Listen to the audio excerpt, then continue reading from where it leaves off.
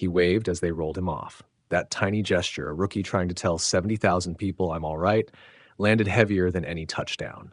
2 plays later, Saquon Barkley ripped the Giants' defense apart, and by the time the stadium stopped screaming, the night had already split in two. Philly's offense feels alive again, and the Giants lost their season's most electric spark. Reuters. Right away, Barkley exploded. On the second snap, he burst through the line and went 65 yards to the house, the kind of run that flips the scoreboard and the psyche.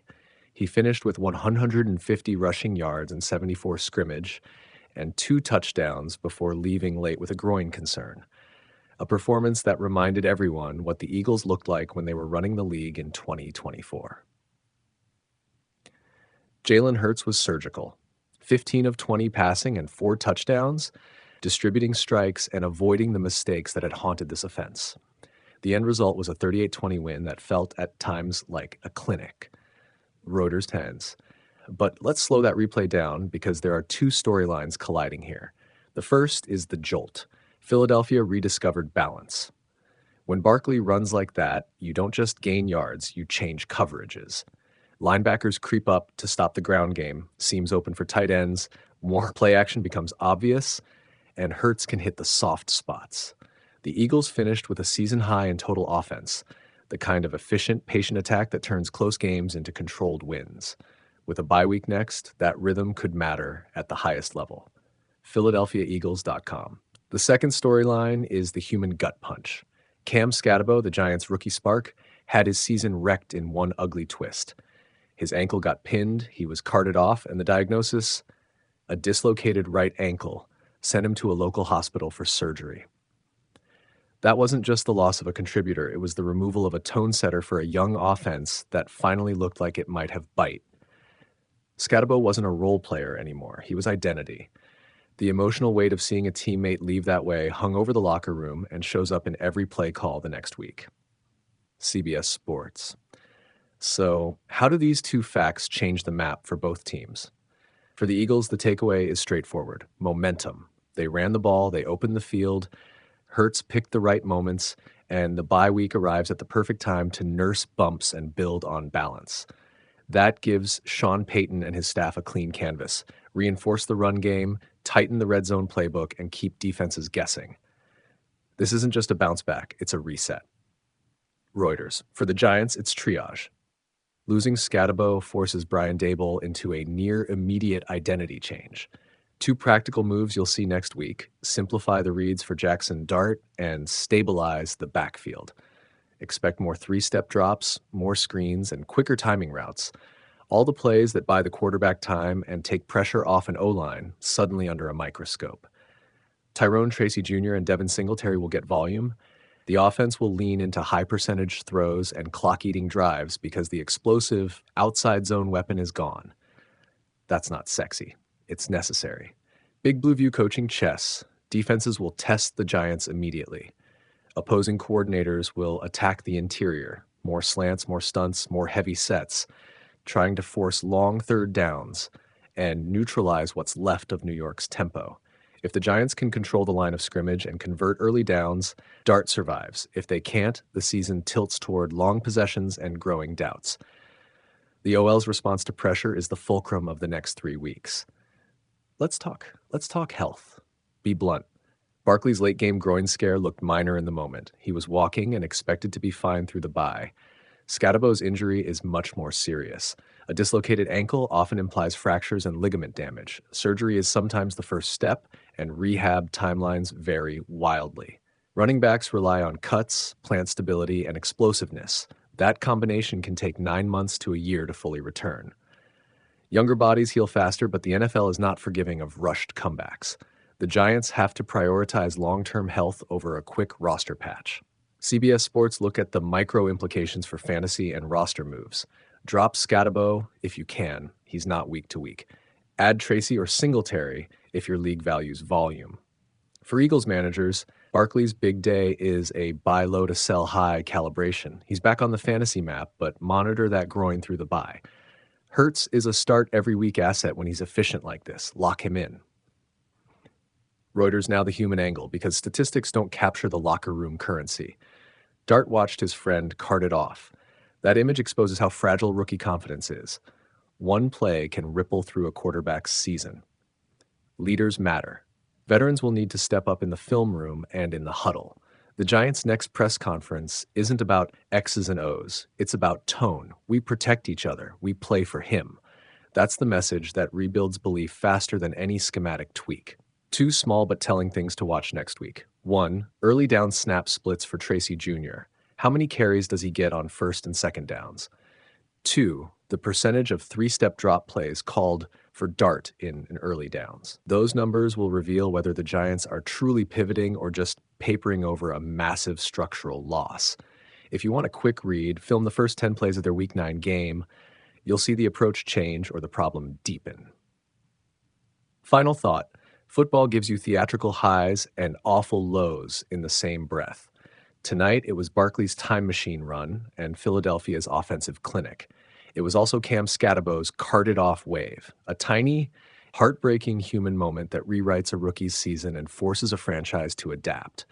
The rest of this story will be written in meetings, surgeries, and rehab gyms, not highlight reels. That's where character of player and team really shows up. So yeah, Eagles look like last year for a night. Giants had their spark snuffed out in a single brutal play. But the season isn't over. It's just changed. The question now is how fast each team answers the call, on the field and in the locker room. This was the kind of performance that doesn't just win a game, it changes the conversation. For too long this season, the Eagles' offense had felt like a shadow of itself. Flashes of last year's brilliance boxed in by inconsistent run support, muddy play calling, and a passing game that too often looked hesitant. Sunday against the Giants was the opposite of that. It was decisive, physical, fast, and clean. It was the Eagles rediscovering the identity that won them a Super Bowl. Start with the obvious. Saquon Barkley. He didn't just have a good game. He reintroduced himself. A 65-yard touchdown on the second play set the tone. One cut, burst through the gap, and an entire stadium holding its breath as he disappeared down the sideline. That run wasn't a fluke. It was a schematic win. The offensive line created a front that forced the Giants linebackers to hesitate, and Barkley seized the seams. He finished with 150 rushing yards and 174 from scrimmage, 2 scores, and an average that made the box score lie. The grind was real, but the chunk plays were what dismantled New York. Why it mattered. Barkley being truly dangerous changes everything you can do schematically. Defenses can't cheat up the box with confidence. Safeties can't sit in the short middle and dare Jalen Hurts to beat them downfield. Once the run establishes regular threat, play action becomes surgically effective. Hurts didn't need 40 attempts to show impact. He played with surgical efficiency. 15 of 20, 179 yards, 4 touchdowns, and no turnovers. That combo, a legitimate, explosive run game and a quarterback who makes the fewest mistakes possible, is what turns 60 to 75-yard drives into tidy 3-and-outs for the opposition. Let's dig into the play calling. The Eagles leaned into downhill, gap-based runs early, and that choice paid immediate dividends. By committing to get Barkley on the edge and asking the tackles and tight ends to sustain blocks at the second level, they created angles where Barkley could use his vision. Then, the offense used just enough play action and quick intermediate concepts to punish the Giants when they overcommitted. That balance, run to set up shot plays rather than vice versa, is the same formula that made last season so efficient. It's not glamorous, but it's highly effective. Rotation depth also deserves applause. When Barkley pulled up late with a non-contact groin issue, Tank Bigsby stepped in and produced 104 yards. That's not accidental. The staff had a plan for snap distribution and situational carries that allowed the offense to keep its identity even when the lead back was limited. That speaks to coaching execution and roster construction. You need a backup who can handle a heavier load without the offense missing a beat. For a team that is worried about depth and workload management, this Sunday was encouraging. We should also talk situational football. For the first time this year, the Eagles outgained their opponent in total offense. That's more than a stat. It's a signal that the tempo, third down execution, and red zone efficiency were all clicking. Hurts and the offense were disciplined. The chains moved, the clock wound in Philadelphia's favor, and they didn't put the defense into untenable positions. Controlling time of possession with a productive, explosive run game shuts down an opposing team's rhythm.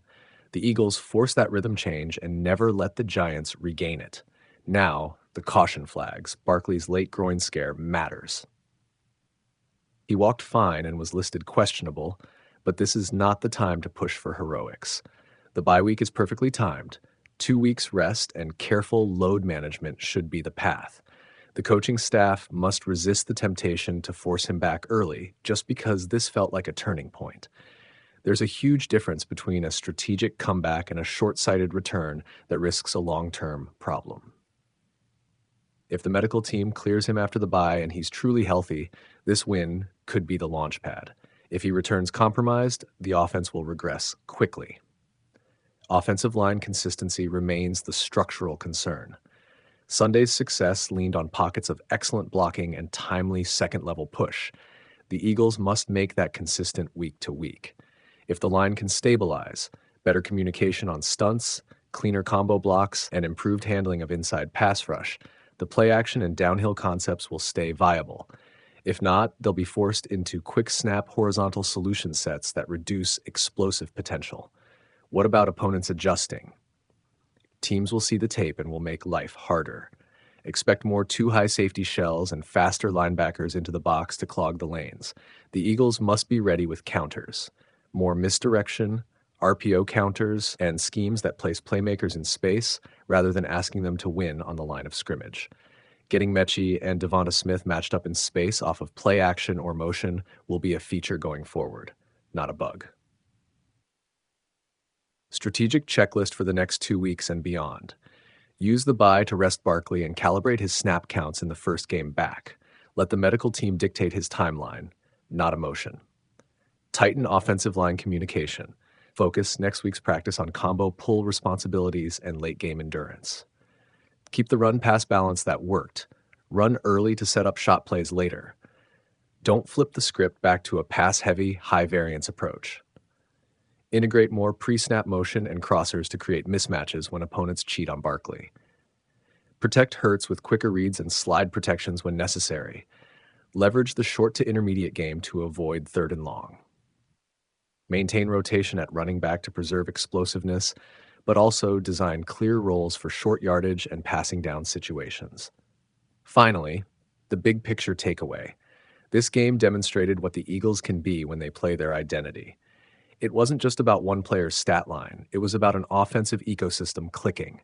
Line play, backfield decisiveness, quarterback efficiency, and coaching that trusted the plan. If the Eagles can use the bye week to rest, tweak, and reinforce the details, they're not just a team that had one good day. They're a team that reminded everyone what they are capable of when they commit to the run-first, play-action-heavy formula that wins postseason football. This result doesn't erase the season so far. It does, however, give the Eagles something valuable, momentum with a blueprint. Protect that progress, manage the injuries, and the rest of the NFC will have to take notice. If they do, Sunday will look less like a blip and more like the moment the offense remembered how to be great again.